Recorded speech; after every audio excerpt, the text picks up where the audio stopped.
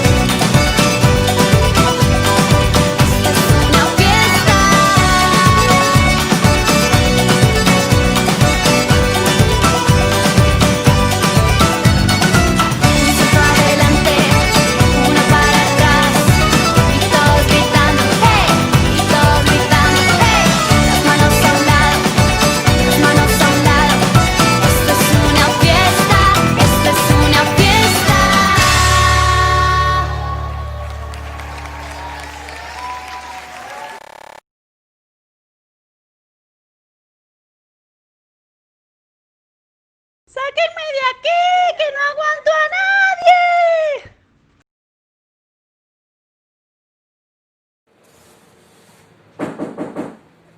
¡Adelante! Buenas, buenas, tita. ¡Hola, maestra Migueli! ¿Cómo estás, tita? Muy bien. ¡Qué bueno saludarte! Bueno, tita, te vine a visitar porque iba pasando por la calle y miré por la ventana y te escuché gritar, tita. ¿Qué pasó? Cuéntame. Ups. Bueno, sí, maestra, lo que pasa es que quiero salir de aquí. Ya no aguanto a nadie. Tita, ¿pero por qué? ¿Qué pasó? Ay, no, maíz, es que ya este encierro no lo aguanto. Sí, ha sido muy difícil, es cierto, tita. Pero, ¿tú crees que si estarías sola, lo superarías mejor o estarías mejor? No, maestra, a mí no me gusta estar sola. Ah, ¿viste, tita? Saben, niños, algunos quizás piensan estaría mejor. Pues déjame decirte que hay en la Biblia la historia de un personaje que estaba solo y que al principio, cuando todo se creó, había animales, habían árboles, todo era hermoso. Pero Dios vio que no era bueno que el hombre estuviera solo. Así que diseñó una esposa para él. ¿Sabe de quién te estoy hablando, Tita? Sí, de Adán y Eva. De Adán y Eva. Y no solo eso, chicos. Después Adán y Eva tuvieron hijos y ya era una familia. Estaba papá, mamá y sus hijos. Eso nos dice, Tita, que importante es la familia. No es bueno que estemos solos. Yo creo que no, maestra, porque Dios los creó. Dios creó esa familia. Así es. Y muchos años después, Dios debía enviar al mundo a su Hijo Jesús.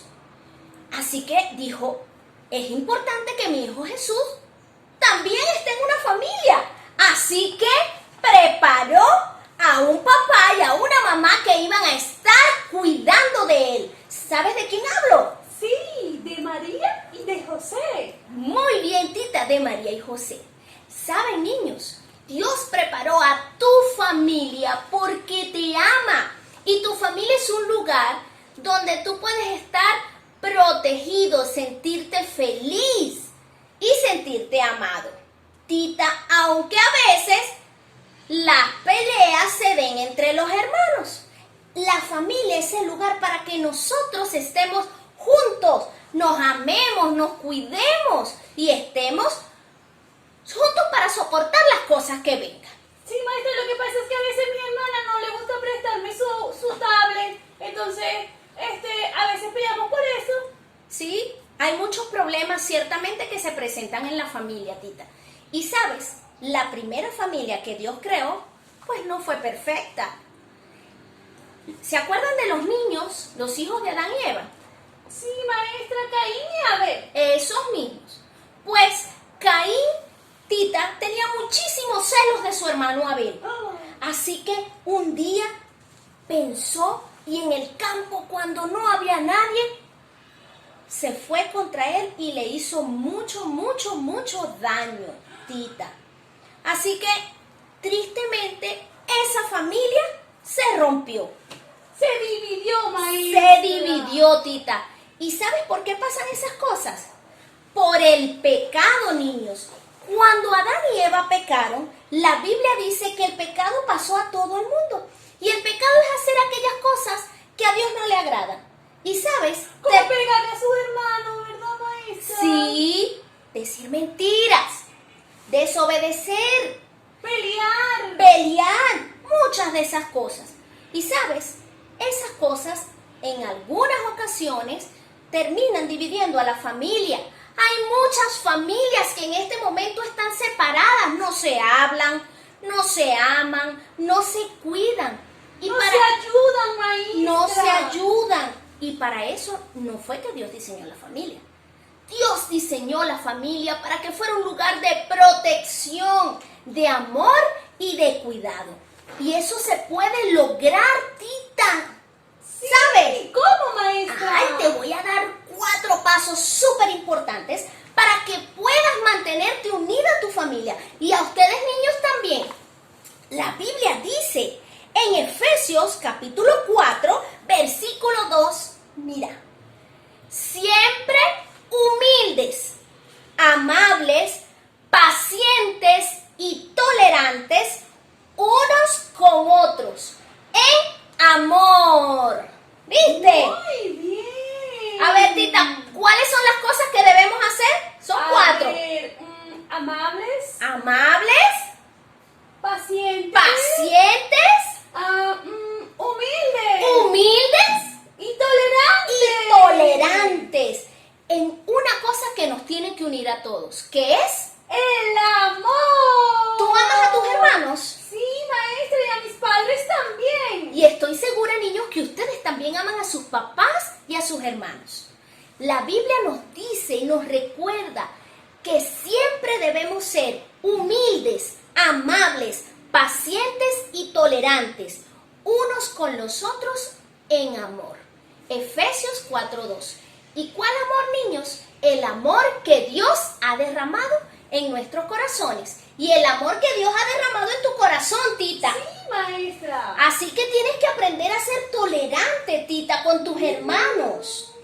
A amarlos y a compartir tus cosas, tus juguetes y a jugar con ellos. Ellos son tus hermanos y estoy segura que te aman mucho. Ok, ustedes también, niños. Así que nos alegra mucho poder compartir con ustedes estas 4 cosas para que nuestra familia se mantenga juntas y unidas. Siempre humildes, amables, pacientes y tolerantes, unos con otros en amor. Efesios 4:2. Ok, niños, nos vemos la próxima semana. ¡Chao! Chao, amiguitos. Chao.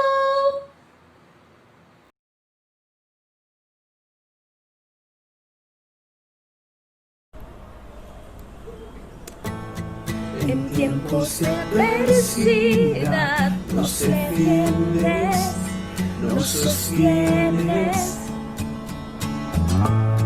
En tiempos difíciles nos levantas, vemos tu mano de poder. Nos guardas, nos proteges con tu gran amor. Ven y sostén a tu pueblo conforme a tus promesas y esperaremos en tu grandeza. Tú eres nuestro refugio, eres el que nos levanta, el que nos cubre bajo sus alas de amor. Esperaremos en ti.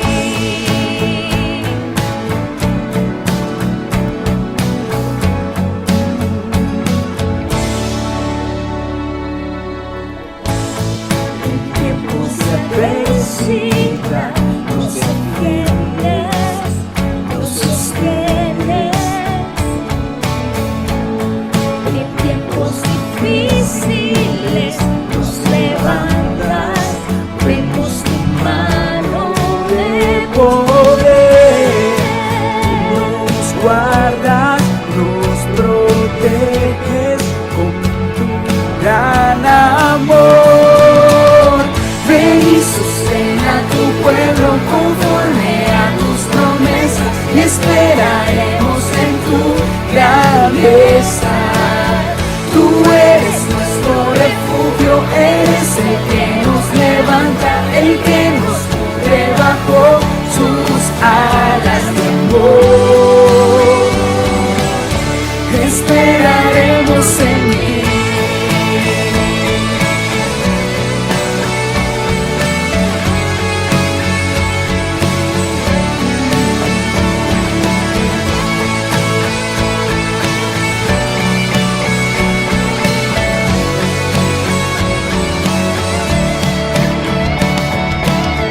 Ven y sostén a tu pueblo conforme a tus promesas. Ven y sostén a tu pueblo conforme a tus promesas. Esperaremos en ti.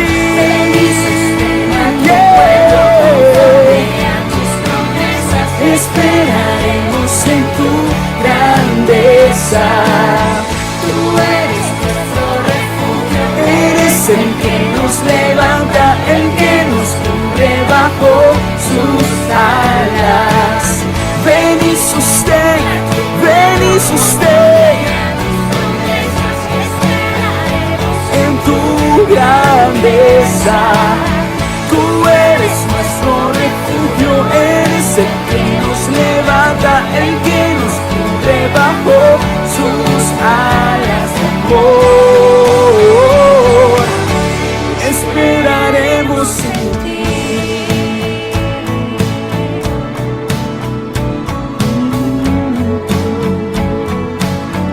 Esperaremos en ti.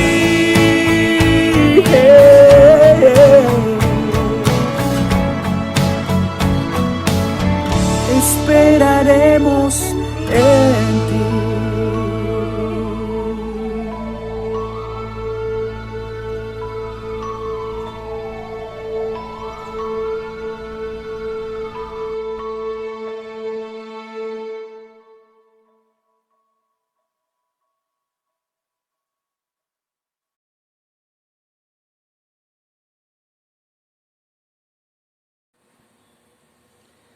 Muy buenos días, querida iglesia. Qué bueno podernos reunir otra vez en medio de la distancia que hoy nos separa.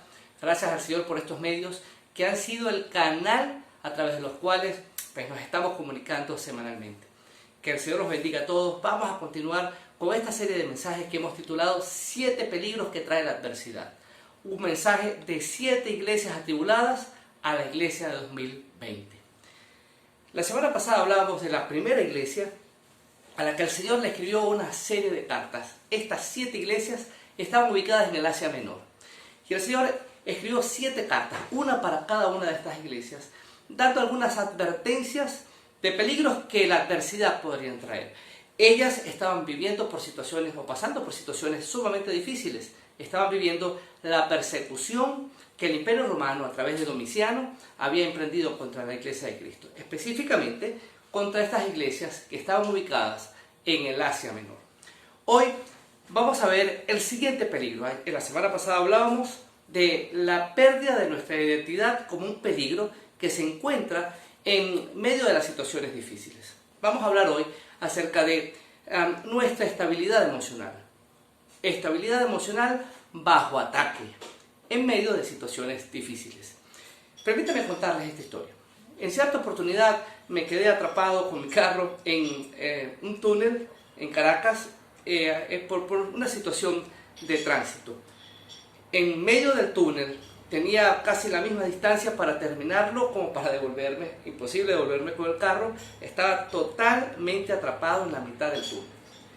El tiempo pasó cerca de unos 30 minutos ahí encerrado. Los extractores del túnel estaban dañados y en cuestión de tiempo todo el monóxido de carbono que emiten los tubos de escape de los carros comenzaron a llenar el lugar. En el asiento de atrás estaba mi hijo Alejandro, que en ese momento tendría como 3 o 4 años y estaba pasando por algunas situaciones respiratorias.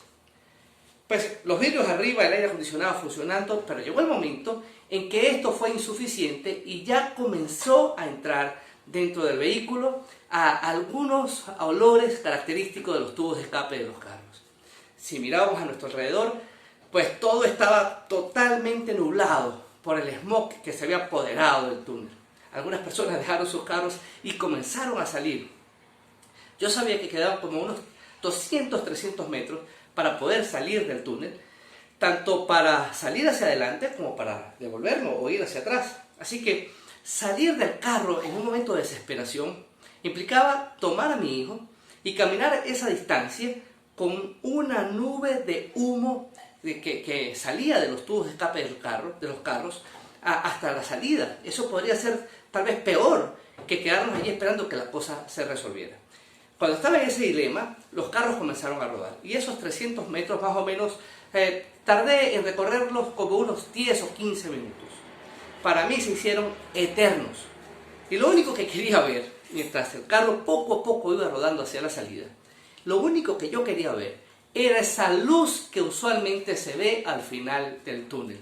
Literalmente, estaba esperando que la luz al final del túnel se manifestara. Se hicieron eternos esos 15 minutos, 10 minutos. Y cada vez que Alejandro tosía, pues la eternidad se ampliaba un poco más. Para mí era peor cada vez que sentía que la situación se estaba escapando de las manos.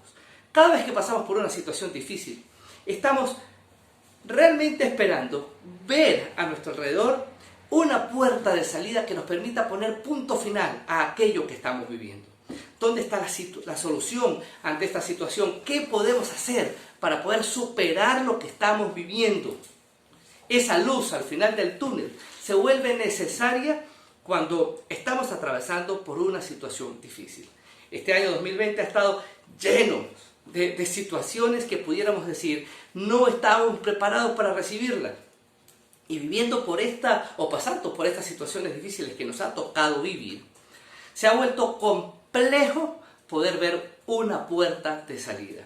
Pues lo que estamos viviendo como humanidad en la época que nos ha tocado vivir, lo que estamos viviendo aquí en Venezuela como nación, como país, y cada uno de los que nos está viendo en otras partes podrá decir lo mismo aquí en el lugar donde estoy, lo que estoy viviendo en esta situación que me rodea, y lo que cada uno de nosotros está viviendo a título personal, aquellas situaciones que son muy propias de cada cual, pero que nos ha tocado enfrentarlas, a veces nos quitan la posibilidad de poder ver esa luz al final del túnel que tanto anhelamos ver. Cuando atravesamos por una situación difícil, nuestra estabilidad emocional va a estar bajo ataque.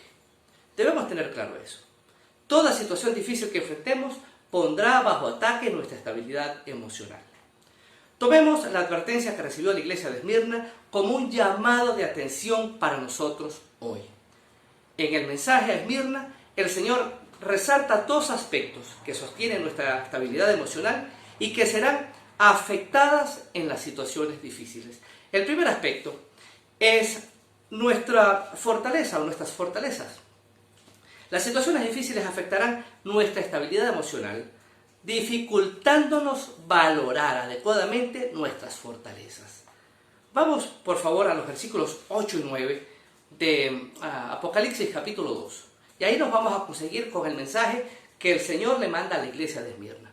Aquellos aspectos que el Señor nos ha dado para salir adelante en medio de las tribulaciones son esas fortalezas. Y ellas deben estar presentes cuando atravesemos por medio de aquello que no nos esperábamos enfrentar. Si perdemos de vista los recursos que tenemos para poder salir vencedores en medio de la adversidad, pues hemos perdido prácticamente la batalla antes de poder comenzar a lucharla. Las situaciones difíciles van a atacar nuestras defensas. Es decir, ellas van a hacernos sentir como víctimas. Y en nuestro sentimiento de autocomiseración, de alguna forma, nos van a llevar a perder de vista aquellas virtudes que tenemos a nuestro favor y que de alguna forma nos pueden sacar adelante en medio de las pruebas que estamos viviendo. Cuando el Señor ve la situación de la iglesia de Esmirna, se da cuenta de dos situaciones que deben ser cuidadosamente atendidas. Afortunadamente la iglesia de Esmirna logró mantenerse en medio de los peligros que habían en la persecución. Si revisáramos las 7 iglesias a las que se les escribió cartas, pues Esmirna es la única que no tiene nada negativo que decir de ella. Sin embargo, hay cosas que debía tener en cuenta para mantenerse siempre victoriosa. La primera de ellas es: atiende tu verdadera fortaleza. No pierdas de vista tu fortaleza. Versículos 8 y 9. Escribe el ángel de la iglesia en Esmirna. Esto dice el primero y el postrero, el que estuvo muerto y volvió a vivir. Sé tu tribulación y tu pobreza, pero eres rico, y la blasfemia de los que se dicen ser judíos y no lo son, sino sinagoga de Satanás. Dos cosas estaban sufriendo los cristianos en Esmirna. Una terrible persecución que los había hecho perder todo aquello que alguna vez poseyeron. ¿Saben? Esmirna era una ciudad sumamente próspera. Algunos piensan que era la segunda ciudad del Asia Menor, que estaba detrás de Éfeso. Pero ciertamente era la ciudad más hermosa de todo ese sistema de ciudades que componían estas 7 o este círculo de 7 iglesias o de 7 ciudades a las que el apóstol Juan les escribe. ¿Saben? Esmirna se consideraba la ciudad más hermosa de todas ellas. En algún momento, y tras los 20 años de relativa paz que había vivido la iglesia de Cristo hasta este tiempo del imperio de Domiciano, pues los cristianos habían disfrutado de las bondades de estar en una de las ciudades más prósperas del Asia Menor. Es decir, algunos de ellos comenzaron a tener negocios y comenzaron a volverse hombres muy prósperos. La iglesia de Esmirna gozó de las bendiciones de estar en esa ciudad. De un momento a otro, Domiciano comienza a perseguir a los cristianos y se emprende una persecución con tanta injusticia que muchos de ellos perdieron todos sus bienes y todas sus posesiones. De la noche a la mañana, aquello que poseían les fue quitado. Pero más aún, la ciudad sabía que el cristiano era un enemigo del imperio. Así que nadie iba a establecer un negocio con ellos, nadie iba a contratar a un cristiano, nadie iba a ayudar a un cristiano. Así que de la noche a la mañana, estos hombres pasaron a ser de personas tal vez prósperas y que gozaban de ciertos privilegios a ser mendigos, a ser indigentes. nadie los ayudaba, habían llegado a ser la clase social más rechazada de esta ciudad del Asia Menor. Ante esta condición, el Señor les recuerda que a pesar de su pobreza, son ricos. Parece extraño esto que le dice, y al final, cuando estudiemos la última carta a la iglesia en la Odisea, veremos que hay una frase que lleva a la idea contraria a lo que se está viendo aquí. Los de Esmirna eran pobres, pero el Señor les dice que son ricos, esa es su fortaleza. Pero a la Odisea les va a decir, ustedes se creen ricos, pero son pobres. La Odisea no tenía la virtud que aquí el Señor quiere destacar de la iglesia de Esmirna. En medio de sus fortalezas, el Señor les dice, ustedes tienen una riqueza que a pesar de todo lo que están viviendo, no han perdido. Permítanme aclarar un poco el panorama con algunas palabras que se utilizan aquí. El término pobre, yo sé tu pobreza, sé que has sufrido tanto y eres pobre. El término pobre, además de escasez, refleja una profunda miseria que los había llevado a ser rechazados en la sociedad. Ellos representaban a aquellos mendigos que nadie quiere ver. Esto es tremendamente objetivo. Es decir, la pobreza de Esmirna, de los cristianos en Esmirna, no era una sensación de pobreza. No era algo que ellos percibían así. Ni siquiera pudiéramos usar algunas frases de estos libros de evaluado de autoayuda que la pobreza estaba en su cabeza. El asunto, ustedes no son pobres, su pobreza está en su mente, en su manera de pensar. Para nada. Ellos eran literal, de forma tangible, objetivamente pobres. Estaban en la miseria. Esta miseria que el Señor está notando en medio de la situación que están viviendo, parecía no tener solución. No había algo que ellos pudieran hacer. Eran víctimas de una sociedad que se había levantado en su contra. Ahora, viendo el Señor a estos cristianos en su miseria, les dice, ustedes son ricos. ¿Qué riqueza tenía esta gente? Pero a pesar de todo lo que estaban sufriendo, no habían perdido su confianza en el Señor. La palabra rico da la idea de desbordando en algo que les define una cualidad. Ellos estaban desbordándose en su confianza en Cristo. Y el Señor dice a ustedes, son ricos, se mantienen firmes en sus convicciones a pesar de lo que están viviendo. Y en este punto, pudiéramos preguntarnos a nosotros mismos, si realmente tenemos esos niveles de convicción que la iglesia de Esmirna manifestó en este momento. A pesar de lo que estaban padeciendo, ellos dejaron ver su riqueza espiritual, porque su confianza en el Señor se mantuvo intacta. Hablemos de la fe, esa convicción, esa confianza profunda que me lleva a estar agarrado del Señor cuando las condiciones a mi alrededor no son las mejores. Y me gustaría compararla con esto. Cuando está cayendo un palo de agua, decimos aquí en Venezuela, un torrencial aguacero, pues el recurso que usamos para poder salir es un paraguas. Salimos a la calle, abrimos nuestro paraguas y el paraguas no detiene la lluvia, pero sí nos permite caminar protegidos de ella. El paraguas no va a detener el palo de agua, pero nos va a permitir caminar sin que la lluvia nos alcance, sin que nos mojemos.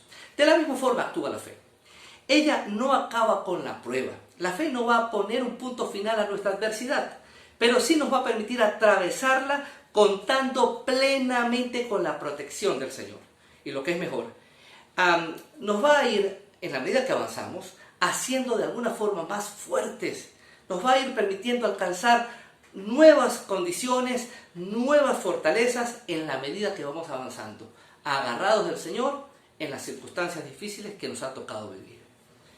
Los cristianos de Esmirna habían perdido todo lo que poseían, pero aún así, la fortaleza que el Señor destaca de ellos es que seguían siendo ricos en su confianza en el Señor. Lo otro que padecían los cristianos de Esmirna es que estaban siendo víctimas de calumnias que desataron un odio general en contra de ellos. a pesar de que la persecución que había propuesto Domiciano también alcanzó a los judíos. Un grupo de judíos, adoradores del imperio, por cierto, trataron de desviar la atención hacia los cristianos, acusándolos de cargos totalmente falsos y algunos de ellos disparatados. Esto hizo que la sinagoga judía de Esmirna centrara las fuerzas de la persecución del imperio y la persecución social en contra de los cristianos. Se solían lanzar 6 acusaciones contra ellos. Permítanme mencionarlas rápidamente. La primera, sobre la base de las palabras que se decían en la comunión, en lo que nosotros conocemos hoy como la Cena del Señor, cuando se decía esto es mi cuerpo y esta es mi sangre, se difundió el rumor que los cristianos eran caníbales. En segundo lugar, como los cristianos llamaban a sus celebraciones ágapes, para referirse al término amor, pues se decía que eso que hacían allí en lo oculto eran unas orgías terribles, llenas de inmoralidad. Lo tercero, como el cristianismo producía a veces ruptura en la dinámica familiar, porque algunos se convertían al cristianismo y eran separados de sus círculos familiares, se acusó a los cristianos de involucrarse en cuestiones familiares. Lo número 4, los paganos acusaban a los cristianos de ateísmo porque no podían comprender un culto que existiera sin imágenes y porque ellos se negaban a adorar a los dioses paganos. Número 5, los cristianos se les acusaba también de ser desafectos al régimen que reinaba en Roma. Es decir, por no llamar al César Señor, ellos eran considerados contrarios al imperio. El cristiano decía, Cristo es el Señor. Y lo que se esperaba que dijeran era, el César es el Señor. Y número 6, los cristianos se les acusaba de incendiarios porque anunciaban que el mundo acabaría en llamas. Como se darán cuenta, algunas de estas acusaciones carecían hasta de lógica, pero todo fue sumándose para que la sociedad comenzara a apuntar su feroz intención y sus peores deseos contra los cristianos. Si alguien gritaba en algún lugar, hay un cristiano, que muere el cristiano era agarrado y podía ser llevado a ser sentenciado, se le exigía que negara a Cristo y si no lo hacía, era ejecutado. El Señor les recuerda que una de sus fortalezas en medio de tal condición es la verdad que estaba de su lado. El Señor les dice, sé que está siendo víctima de algunas calumnias y que aquellos que se hacen pasar por siervos míos, que no son más que una sinagoga de Satanás, es decir, se refiere a aquellos judíos y les dice, ellos hablan en nombre de Dios, pero ellos son unos siervos del diablo. Conozco lo que está pasando y sé que lo que ellos dicen de ustedes es una blasfemia, es una calumnia. Entiendo y conozco la verdad y la verdad a ustedes los está asistiendo. El Señor conoce bien y sabe diferenciar a los que actúan según su voluntad y a los que se dicen ser la asamblea de Dios, pero son siervos de Satanás. Ahora bien, alguien pudiera preguntarse, bueno, ¿y dónde está el beneficio de contar con la fe y la verdad en medio de las pruebas? ¿Qué diferencia hace que podamos tener estas dos cosas como fortalezas en medio de una situación difícil? Bueno, en tiempos anteriores a estos, cuando Nerón era el que estaba dirigiendo la persecución contra la iglesia, el apóstol Pedro, que le escribió a un grupo de cristianos que habían sido expatriados también del Asia Menor, les dijo lo siguiente. Primera epístola de Pedro, capítulo 4, versículo 14, dice así: así que alégrense cuando los insulten por ser cristianos, porque el glorioso Espíritu de Dios reposa sobre ustedes. Si leyéramos el contexto completo nos diéramos cuenta que Pedro les dice, cuando sean calumniados, cuando se hable cualquier cosa de ustedes mintiendo, ustedes son bienaventurados, son favorecidos. Y tal vez está reproduciendo las palabras que el Señor dijo en Mateo capítulo 5. Notemos dónde está el beneficio aquí. Hay una diferencia entre tener al Espíritu Santo, que todo creyente en Cristo tiene al Espíritu Santo, es sellado por el Espíritu, y que el Espíritu Santo repose sobre nosotros. La diferencia consiste en lo siguiente. Todo cristiano tiene el Espíritu, pero cuando pasamos por una situación difícil, en ese momento, cuando nuestras fuerzas comienzan a flaquear, entonces el Espíritu Santo nos da descanso, quita nuestras cargas y asume el peso de nuestra defensa. Lo que está diciendo Pedro aquí es que cuando somos calumniados, cuando la verdad está de nuestra parte, el Espíritu Santo de Dios reposa sobre nosotros. Él toma el control. Él te quita las cargas y comienza a cargar el peso que te tiene abrumado. Hay un tremendo beneficio, hay una tremenda bendición en contar con la verdad de nuestra parte. Así que cuando estoy siendo amenazado, cuando lo he perdido todo, cuando estoy siendo blasfemado, puedo contar con la confianza en el Señor y con la fe de que Él va a tomar la carga que ahora me abruma para asumir el control de lo que estoy enfrentando. Toda situación difícil y dolorosa que atravesemos y que esté superando nuestras fuerzas debe llevarnos a caer de rodillas ante el Señor para potenciar nuestra confianza en Él. Solo de rodillas delante del Señor encontraremos el valor, el poder y la autoridad que su Espíritu nos da al tomar el peso de nuestras luchas. Así que cuando atravesemos por situaciones difíciles, un peligro con el que tendremos que luchar es con perder de vista las fortalezas que tenemos en Cristo. El segundo aspecto es nuestro valor. Las situaciones difíciles atacarán nuestra estabilidad emocional, llevándonos a dejarnos dominar por el temor. Vamos al versículo 10. No temas, le dice el Señor a la iglesia de Esmirna, no temas lo que vas a padecer. He aquí que el diablo está a punto de echar en la cárcel a alguno de vosotros para que seáis probados y tendréis una tribulación de 10 días. Sé fiel hasta la muerte y yo te daré la corona de la vida. ¡Wow! Las situaciones difíciles pueden llevarnos a perder la esperanza. Nos sentimos tan abrumados que nos cuesta ver la luz al final del túnel. Cuando el temor nos agarra por completo, ¿saben? Comenzamos a tomar decisiones disparatadas. En algún momento del túnel, cuando estaba atrapado, que les conté al principio, yo consideré la idea de dejar tirado el carro, agarrar a mi hijo y salir corriendo a ver si podía de alguna forma buscar algo de aire fresco. Si no se empezaba a mover la cola, pues iba a tener que hacerlo en algún momento. Pero ¿saben? El temor estaba comenzando a embargarme y ya mi cabeza no era capaz de tomar decisiones correctas. Lo que el Señor le está diciendo a los hermanos en la iglesia de Esmirna, cuando les dice, no temas lo que vas a padecer. La intención aquí no es el temor que es sano y que es parte de nuestras emociones y que es correcto que podamos sentirlo porque nos ayuda a estar prevenidos. La intención aquí es, no permitas que nada te llene de ese temor paralizante que te impide actuar ante lo que estás viviendo. La palabra temor es de donde viene nuestro término fobia. ¿Saben? La fobia nos lleva a actuar de manera irracional ante peligros que pudieran ni siquiera existir. Y aun cuando fueran reales, pues tenemos que enfrentarlos de alguna forma y tenemos que tratar de ser sabios a la hora de enfrentarlos. El Señor le dice a la iglesia en Esmirna, no te dejes llenar de temor, no te dejes atemorizar por lo que estás por vivir.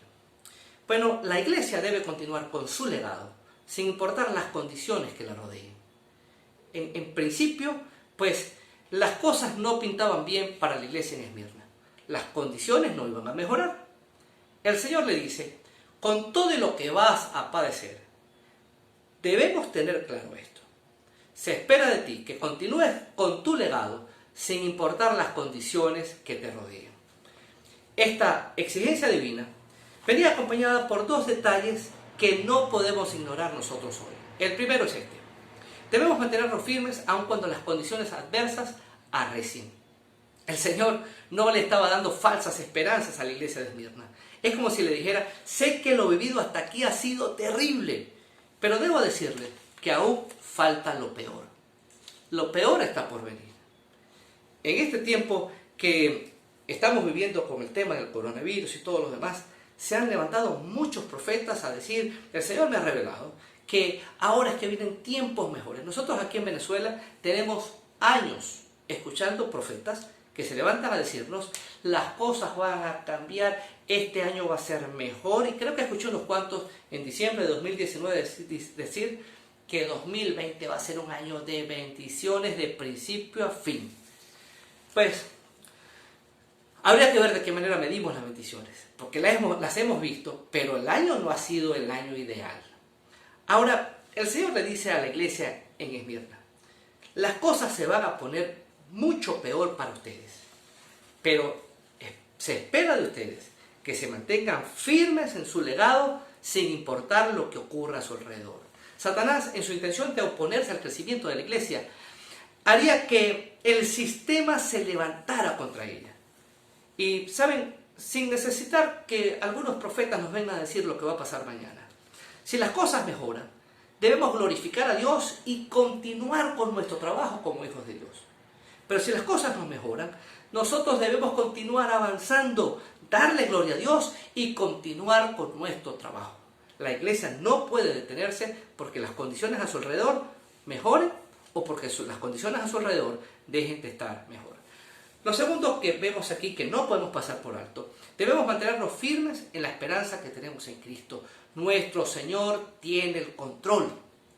El Señor les dice, no se dejen atemorizar, porque van a pasar por situaciones muy duras de aquí en adelante y van a ser atribulados por 10 días. La expresión 10 días da la idea de un periodo corto de tiempo. Es decir, vendría una situación muy difícil, pero el Señor no permitiría que fuera más allá de lo que ellos podían soportar. Ellos serían probados, se probaría su constancia y la firmeza de sus convicciones. La palabra probar da la idea de un sufrimiento que va a llevar al punto de quiebre. Ellos serían duramente probados, pero se esperaba que fueran fieles hasta el final. ¿Saben? A veces podemos pararnos y mirar hacia el futuro y decir, pareciera que lo peor está por venir.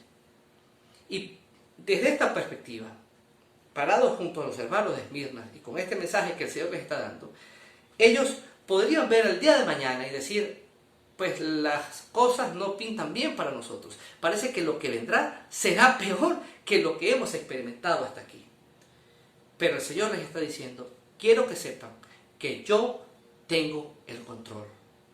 Yo tengo el control. Nada durará, ni un solo segundo después, ni se acabará un solo segundo antes de lo que Dios ha establecido. En esos momentos debemos tener claro que Él tiene el control. Y nuestra esperanza descansa en Él. Él nos dice que pronto lo que ocurre a nuestro alrededor va a acabar, bien sea porque el Señor ponga un punto final en ello o porque nos llame a su presencia. El cristiano tiene una esperanza que está por encima de todo lo que podamos experimentar el día de hoy. Nada ni nadie puede arrebatarnos la esperanza que tenemos en Cristo Jesús. En todo caso, sea que el Señor nos llame a su presencia o sea que el Señor venga por nosotros, el cristiano siempre vencerá y resultará fortalecido en Cristo Jesús. El apóstol Pablo decía, pues si vivo, pues sirvo al Señor, y si muero, pues voy a la presencia del Señor, y en ambas cosas yo soy bendecido.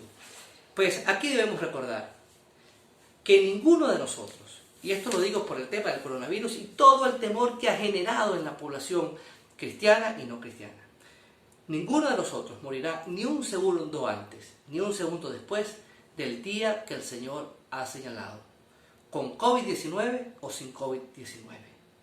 Nuestras vidas están en las manos del Señor. Él tiene el control. Venían tiempos difíciles para la iglesia de Esmirna, pero se esperaba que se mantuvieran con valor hasta el final. No muchos días después, en el año 155, recuerden que estamos escribiendo más o menos en el año 91 después de Cristo, en el año 155, la iglesia de Esmirna vivió una de las experiencias más duras que debió enfrentar. Algunos consideran que lo escrito o lo que leímos hace un momento atrás se refería a este evento. Ellos tuvieron que enfrentar la muerte de Policarpo, su obispo, su pastor.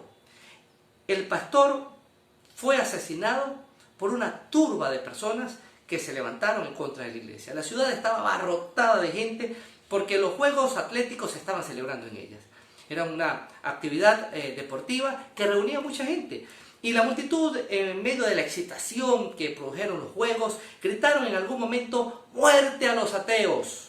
Y comenzaron a alborotarse y alguien gritó: busquemos a Policarpo. Policarpo representaba al líder de la iglesia en Esmirna, es decir, buscando al líder, pues estarían dando un golpe certero a la iglesia.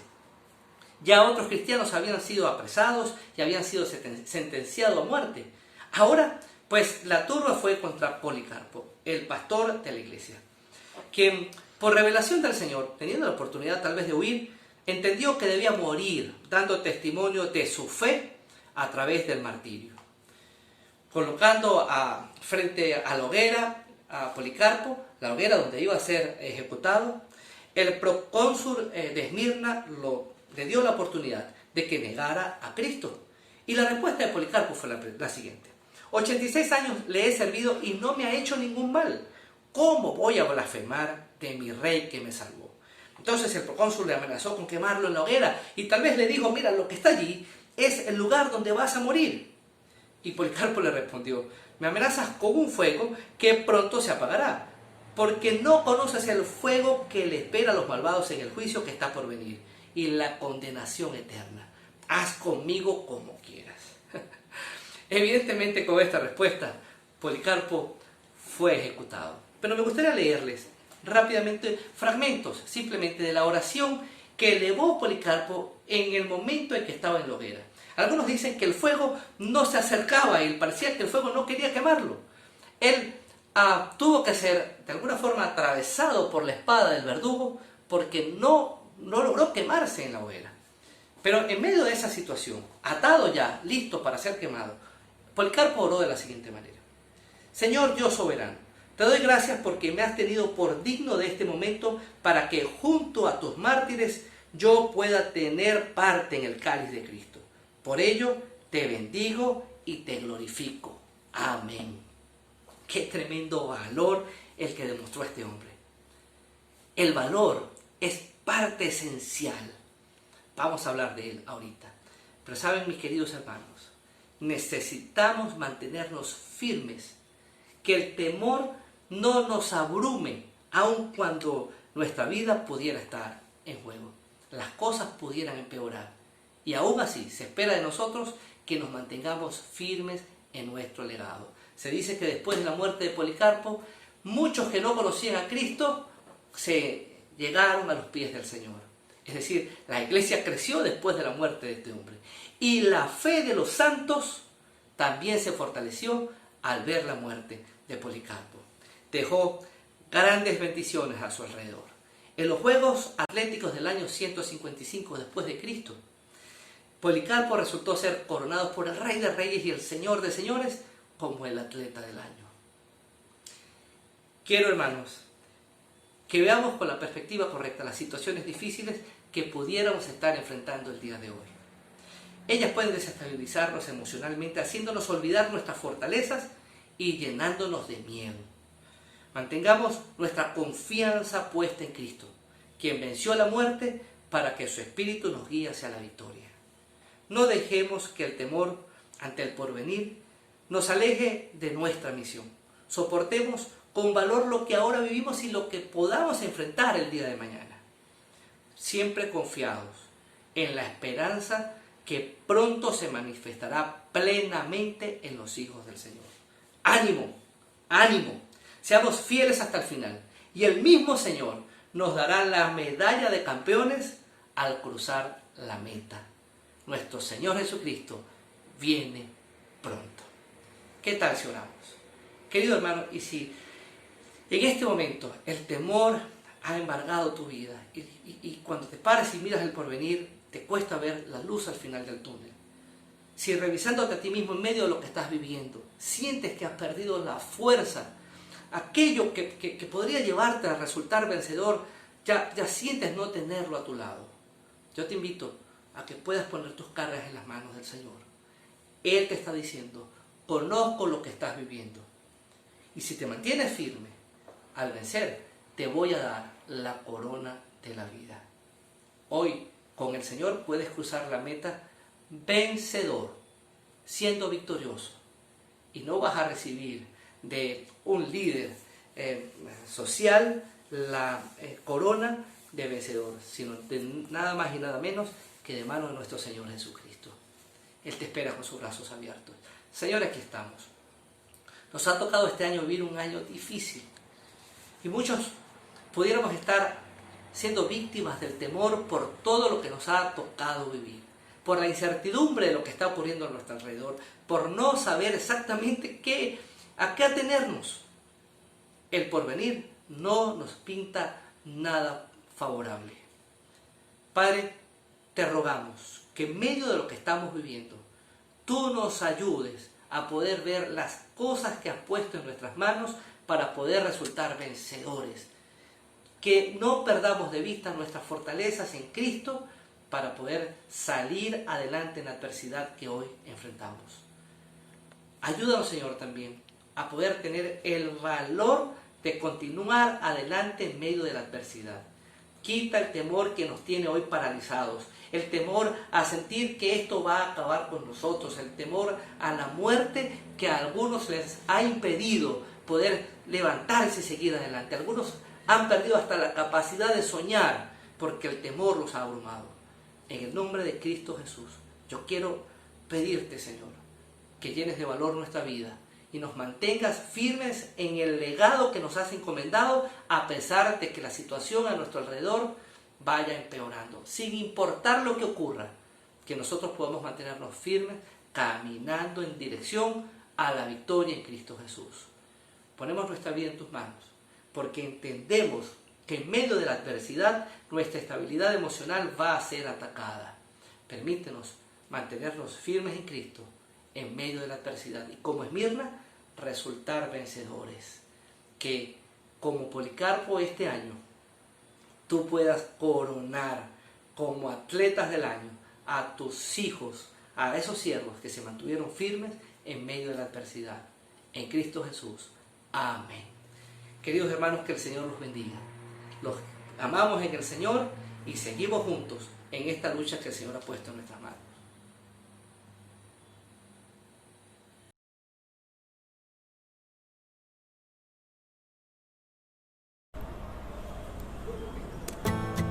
En tiempos de adversidad nos defiendes, nos sostienes. En tiempos difíciles nos levantas, vemos tu mano de poder. Nos guardas, nos proteges con tu gran amor. Ven y sostén a tu pueblo conforme a tus promesas, y esperaremos en tu grandeza. Tú eres nuestro refugio, eres el que nos levanta, el que nos cubre bajo sus alas de amor. Esperaremos en ti.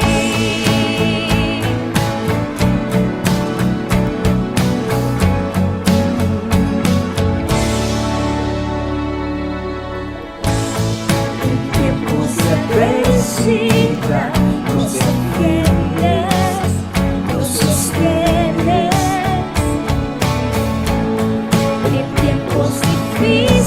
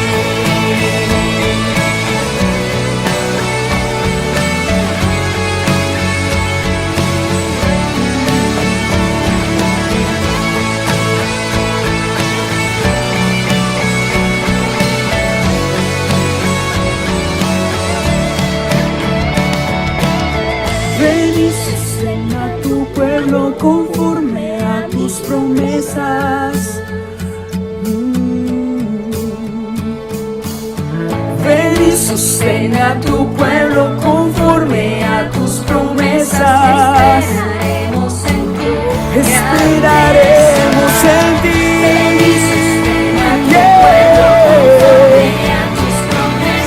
Esperaremos en tu grandeza. Tú eres nuestro refugio. Eres el que nos levanta, el que nos cubre bajo sus alas. Ven y sostén, ven y sostén en tu grandeza. Tú eres nuestro refugio, eres el que nos levanta, el que nos cubre bajo sus alas de amor. Esperaremos en ti.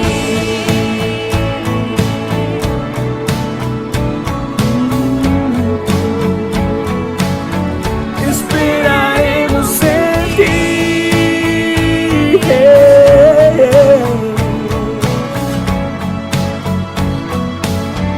Esperaremos en